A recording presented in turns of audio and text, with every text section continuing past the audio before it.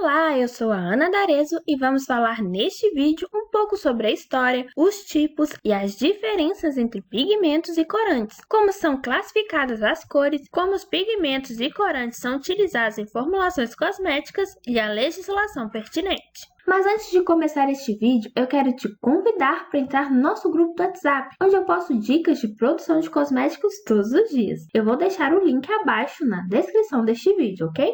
Um mundo sem cor seria sem graça e monótono, não é mesmo? As cores, elas exercem influência sobre as emoções e são um atrativo para o consumidor, sendo muito utilizadas pela indústria cosmética. Afinal, os cosméticos coloridos têm o poder de embelezar a pele, unhas e cabelos, bem como transgredir e revelar determinada personalidade. E os elementos e substâncias que tornam tudo colorido no mundo dos cosméticos são divididos em corantes e pigmentos. As cores sóbrias, suaves, intensas ou vibrantes seduzem o homem desde a antiguidade e ajudam as tendências de cada época com toda a força da cor. O homem utiliza os corantes há mais de 20 mil anos para dar cor a tecidos, cerâmicas e couros. Os pigmentos também eram usados para fazer desenhos em cavernas, túmulos e para produzir murais.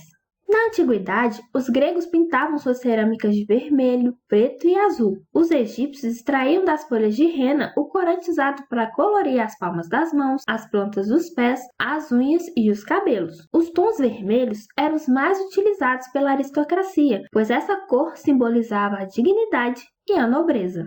Acredita-se que o tingimento de tecido surgiu na Índia, e da Índia o tingimento passou para a Pérsia, Fenícia e o Egito, onde foram encontrados tecidos tingidos em tumbas do século XV a.C.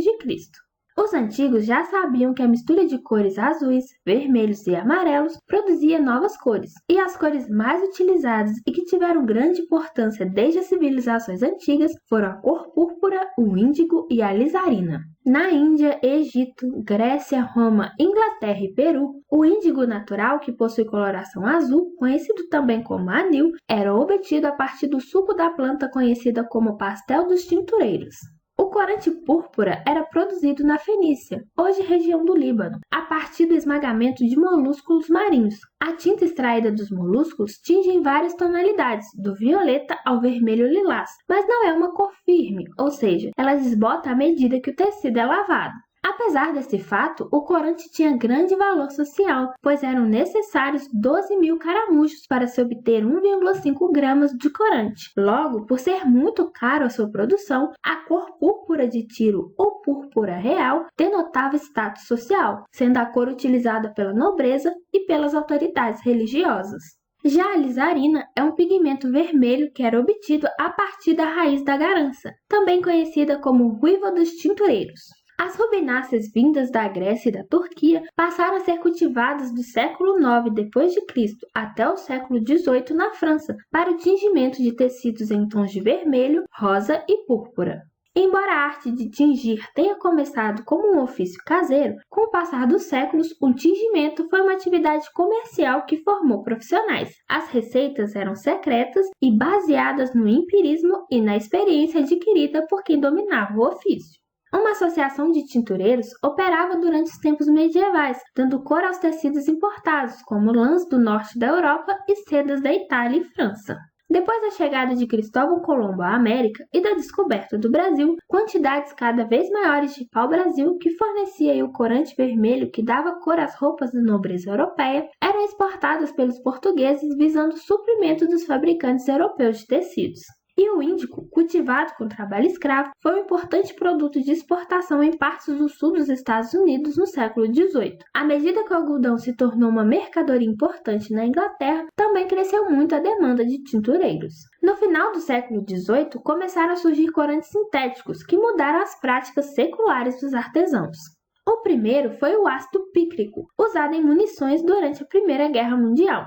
A substância foi sintetizada pela primeira vez em 1771 e usada como corante para lã e seda a partir de 1788. Embora produzisse um amarelo intenso, tinha as desvantagens de ser uma substância potencialmente explosiva, a fixação não era boa e era de difícil obtenção. A indústria de corantes mudou radicalmente em meados do século XIX, na Europa, quando a Revolução Industrial começou a alterar a face da sociedade agrária. A indústria têxtil cresceu rapidamente, aumentando a demanda por produtos químicos para branquear, beneficiar e tingir os tecidos. Logo, os corantes naturais passaram a não suprir a demanda e a busca por corantes artificiais começou. Em 1856, William Henry Perkin descobriu acidentalmente o primeiro corante orgânico sintético da história. Foi um erro proveitoso que demonstrou as enormes possibilidades da química, uma ciência que em meados do século XIX acabava de nascer e quase não tinha aplicações. Aluno do curso de Química da Faculdade Real de Química em Londres, Perkin tentava sintetizar o quinino a partir do derivado do alcatrão de Hulha para ajudar no tratamento da malária.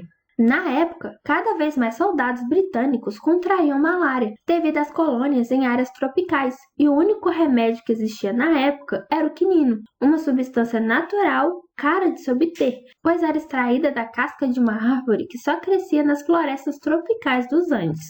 Então, era urgente encontrar uma forma mais acessível de obter a quinina, que era sintetizá-la artificialmente em laboratório. E focados na tarefa estavam o jovem estudante William Perkin e seu professor, o célebre químico alemão August von Hofmann. Após várias experiências sem sucesso, Perkin quis experimentar uma nova ideia no pequeno laboratório de sua casa em Londres: oxidar outro composto conhecido, a anilina, para poder obter a quinina. Ele não obteve sucesso e o experimento deixou para trás um sólido de cor preta, precipitado no becker. Ao tentar limpar o resultado de seu erro com álcool, Perkin notou que o material continha uma substância com um tom arroxeado, que era absorvida pelo tecido, sendo resistente à luz e à lavagem. Com apenas 18 anos, sem querer, acabava de obter o primeiro corante sintético do mundo, que hoje conhecemos por vários nomes, como púrpura de anilina, malvaína, anilina púrpura ou malva de Perkin. Perkin realizou novos experimentos para aperfeiçoar seu método e patenteou a descoberta em agosto de 1856. Ele percebeu que poderia substituir os caros corantes naturais de plantas e moluscos que eram usados desde os tempos romanos, então montou uma fábrica para produzir o corante e continuou realizando pesquisas, sintetizando diferentes corantes. Graças à descoberta de Perkin, a cor que até então poucas pessoas conseguiam ostentar acabou não sendo mais exclusiva. Alguns anos depois de sua descoberta, vestimentas cor de malva estavam sendo vistas em todos os lugares, especialmente em Londres e Paris. A Rainha Vitória aumentou sua popularidade quando apareceu na Exposição Real de 1862 com um longo vestido malva tingido com malva de Perkin, que começou a ser chamado de malveína, termo que combinava as palavras malva e anilina. O desenvolvimento da malveína levou à competição entre Inglaterra, França e Alemanha para a produção de cores, dando um grande impulso à indústria química. Em 1863, o comerciante de cores Bayer e o mestre tintureiro Westcott montaram uma pequena fábrica para produzir corantes para tingimento de tecidos na Alemanha. Em 1868, a alizarina sintética já estava disponível no mercado em boa quantidade e qualidade. O índigo sintético tornou-se disponível em 1880. Além disso, surgiram outros corantes sintéticos que davam tons vivos e límpidos, que não desbotavam e produziam resultados uniformes. No final do século XIX, os tintureiros tinham cerca de 2.000 cores sintéticas à disposição, substituindo o empreendimento milenar de extração de corantes de fontes naturais, com fábricas de corantes sintéticos na Alemanha, Inglaterra, França e Suíça, suprindo as necessidades das indústrias de tecido, couro e papel de vários países. Mas as descobertas de Perkin foram muito além de transformar o mundo da moda e revolucionar a indústria de corantes. Também alavancou o uso desses materiais em diversas aplicações, como na indústria de alimentos, cosméticos e na medicina. Mas qual seria a diferença entre corante e pigmento? Os corantes e pigmentos cosméticos são produtos que têm por objetivo conferir cor ao meio em que forem adicionados, porém não são necessariamente a mesma coisa. A principal diferença entre estes compostos está relacionada à capacidade de solubilidade. Basicamente, o corante é uma molécula pequena, solúvel e, quando aplicada em uma tinta, somente promove o tingimento, sem proporcionar cobertura, mantendo assim a transparência do produto mesmo após a tintura. Já os pigmentos são compostos comparativamente grandes, insolúveis e promovem simultaneamente cobertura, opacidade, tingimento e cor. Logo, o pigmento dá cor e tira a transparência. Outro diferencial entre os dois é o poder tintorial. O corante possui um poder tintorial muito superior ao do pigmento, sendo necessária uma quantidade muito maior de pigmento para se obter a cor proporcionada por um corante. Está gostando do vídeo? Se estiver gostando, não deixe de entrar no nosso grupo do WhatsApp, onde eu posto dicas de produção de cosméticos todos os dias. O link está abaixo na descrição deste vídeo, ok? Então vamos continuar. Os corantes e pigmentos, eles podem ser tanto de origem natural quanto sintética. Em linhas gerais, os corantes e pigmentos naturais são aqueles obtidos a partir de vegetais, como folhas, flores e frutos, animais, como insetos, e micro-organismos, como fungos e bactérias. Os corantes e pigmentos naturais são atóxicos, ou seja, não fazem mal ao ser humano, porém são estáveis ao pH, são mais sensíveis à luz, ao calor, ao oxigênio e à ação das bactérias, mas agentes redutores e oxidantes vêm contribuindo muito para melhorar suas estabilidades. Já corantes e pigmentos sintéticos são aqueles obtidos por processo de síntese em laboratório, com composição química definida, podendo ser semelhante ao dos corantes naturais. Os corantes e pigmentos sintéticos são mais estáveis, têm durabilidade maior, propiciam cores mais intensas, podem ser utilizados em quantidades menores e são mais baratos que os naturais. Os pigmentos também podem ser divididos em orgânicos, inorgânicos e pigmentos de efeito. Os pigmentos orgânicos são substâncias que apresentam em sua estrutura química grupamentos chamados cromóforos, que são parte ou conjunto de átomos de uma molécula responsáveis por lhes conferir cor e podem ser obtidos através de derivados do petróleo ou origem animal por um processo de síntese. Além de não serem poluentes, eles permitem a obtenção de todas as nuances de cores e todos os níveis de resistência, possuindo mais brilho e transparência que os pigmentos inorgânicos. Os pigmentos inorgânicos, também chamados de pigmentos minerais, são extraídos das terras da natureza e se dividem em sintéticos e naturais. De modo geral, eles possuem maior opacidade e poder de cobertura e de tingimento do que os pigmentos orgânicos. Os pigmentos inorgânicos naturais possuem menor cobertura, maior dificuldade de dispersão e menor poder tintorial. Já os pigmentos inorgânicos sintéticos, por serem produzidos em um processo industrial controlado, têm algumas propriedades melhoradas, proporcionando maior cobertura, uniformidade da cor, poder tintorial superior e melhor dispersão, o que resulta em estabilidade na aplicação. Os pigmentos inorgânicos coloridos são geralmente óxidos e sais metálicos, como cobalto, alumínio, óxido de ferro, bem como sulfetos, carbonatos, cromatos, sulfatos, fosfatos, micas e silicatos de metais. Dentre eles, os óxidos de ferro são os pigmentos inorgânicos coloridos mais utilizados devido à ampla variedade de tons e à ótima resistência à luz. Já o dióxido de titânio é o pigmento inorgânico branco mais usado em vários setores da indústria.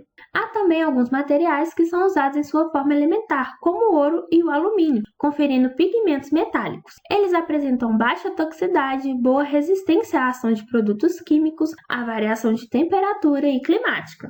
E por último, temos os pigmentos de efeito. Eles são pigmentos que conferem uma aparência diferenciada ao produto em que são utilizados. São constituídos pelo revestimento do pó de mica ou flocos de vidro que possuem brilho de alta intensidade e por pigmentos metálicos. Dentre os pigmentos de efeito disponíveis na indústria, temos os pigmentos perolados. O pigmento perolado branco é composto de mica revestida de dióxido de titânio. E o pigmento perolado colorido é composto pelo revestimento de mica, dióxido de titânio e por óxidos metálicos. Também temos os pigmentos de interferência, que são pigmentos que apresentam cores distintas conforme o ângulo de observação. A combinação de pigmentos de interferência com pigmentos convencionais e com o efeito do substrato pode fornecer cores com efeitos que refletem as cores do arco-íris. Temos também os pigmentos fotocrômicos, que mudam de cor de forma reversível quando expostos aos raios ultravioletas da luz. A cor ela se revela quando os pigmentos são expostos à luz do sol e ultravioleta e volta à sua coloração inicial quando a fonte de luz é removida.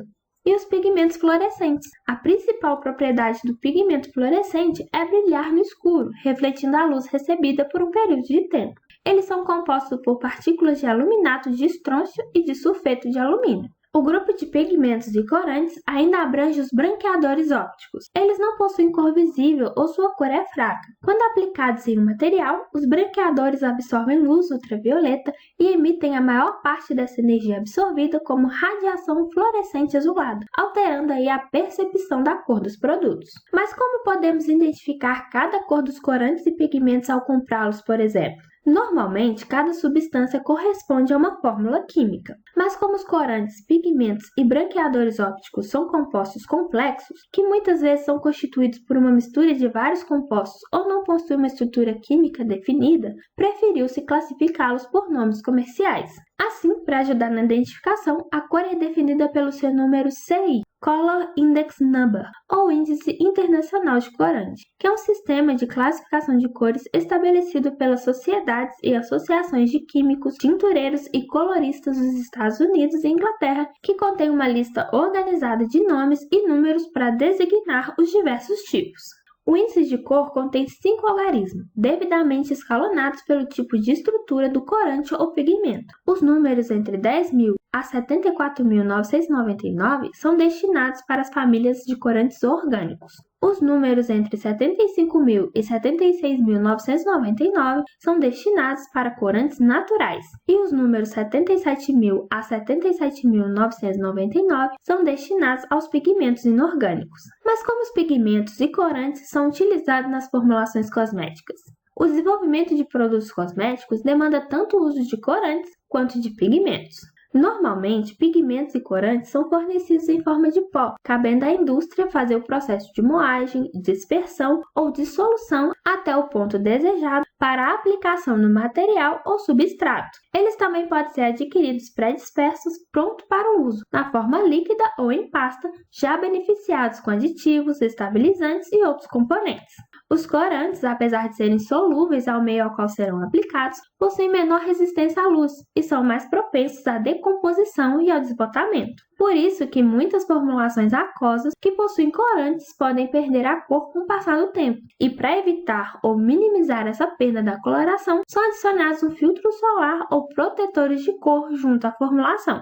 Mas por ser fácil de dissolver, os corantes são muito utilizados em formulações de coloração capilar e outros produtos cosméticos, como shampoos, sabonetes e cremes, além de também serem empregados em produtos transparentes e coloridos, como perfumes e brilhos labiais. Já os pigmentos possibilitam a criação de bases mais fluidas e com grande capacidade de cobertura da pele, pois é possível adicionar maior carga de pigmentos sem comprometer a viscosidade do sistema, além de proporcionar maior desenvolvimento da cor. Por serem mais opacos, mais resistentes à luz, aquecimento e agentes químicos, bem como não serem solúveis no meio ao qual serão aplicados, os pigmentos são considerados mais adequados do que os corantes para formulações de batons, sombras, máscaras para cílios, delineadores, esmaltes e outros cosméticos de cobertura, podendo proporcionar proteção e efeitos decorativos, como os pigmentos metálicos e os pigmentos de efeito perolizado. Porém, para uma boa estabilidade dos pigmentos convencionais, é necessário um sistema adequado de homogeneização, uma vez que as partículas têm certa dureza e tendem a se aglomerar com o tempo, que podem trazer alguns inconvenientes aí para a formulação, como sensorial pobre, baixa dispersibilidade e baixa estabilidade química. Mas graças aos avanços tecnológicos ocorridos nas últimas décadas, foi desenvolvida a tecnologia de revestimento de partículas, que facilita a incorporação de pigmentos em formulações cosméticas,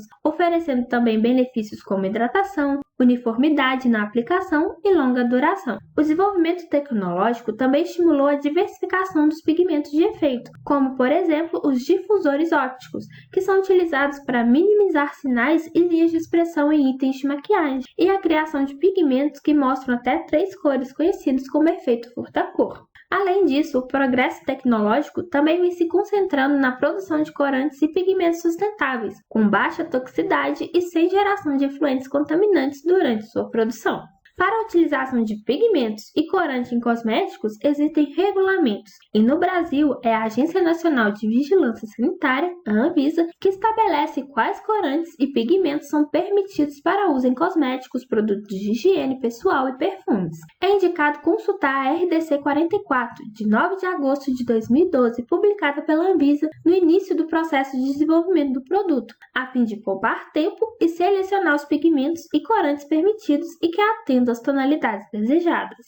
Neste regulamento, é informado o tipo de aplicação permitida para essas substâncias em uma classificação que varia de 1 a 4. Esta lista divide em 1. Corantes que podem ser utilizados em todos os tipos de produto. 2. Corantes que podem ser utilizados em todos os tipos de produtos, exceto aqueles aplicados na área dos olhos. 3. Corantes que devem ser utilizados exclusivamente em produtos que não entram em contato com mucosas nas condições normais ou previstas de uso. E 4. Corantes que devem ser utilizados exclusivamente em produtos que tenham breve tempo de contato com a pele e os cabelos. Então é isso. Espero que tenha gostado e ficado claro quais as diferenças entre pigmentos e corantes, e espero que essas informações te ajudem a utilizar o ingrediente correto na sua formulação. Não deixe de curtir e de se inscrever no canal, e não se esqueça de entrar no nosso grupo do WhatsApp de dicas de produção de cosméticos. O link está na descrição deste vídeo. Um abraço e até o próximo vídeo!